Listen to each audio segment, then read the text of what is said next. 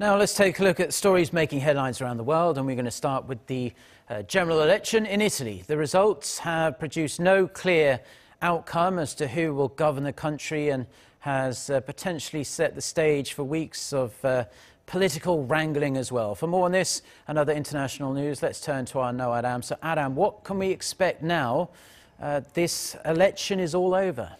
Yes, Mark, the question now is how the government will be formed and which parties will join forces to make that happen. Sunday's election resulted in a hung parliament, but the populist Five Star Movement and anti-immigration League party did manage to muscle out the governing centre-left Democratic Party.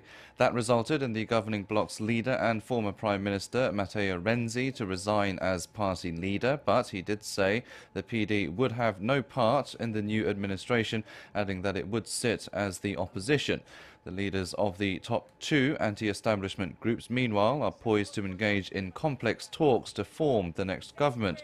Five Star Movement came out as the largest single party with a third of the votes, but the centre-right coalition ended up with the most seats. This has resulted in the leaders of both groups claiming a right to take the helm, sparking fears of a prolonged political instability. Both share the same anti-EU sentiment as well as the same views on certain domestic matters, but neither side appear willing to take the small chair at the table.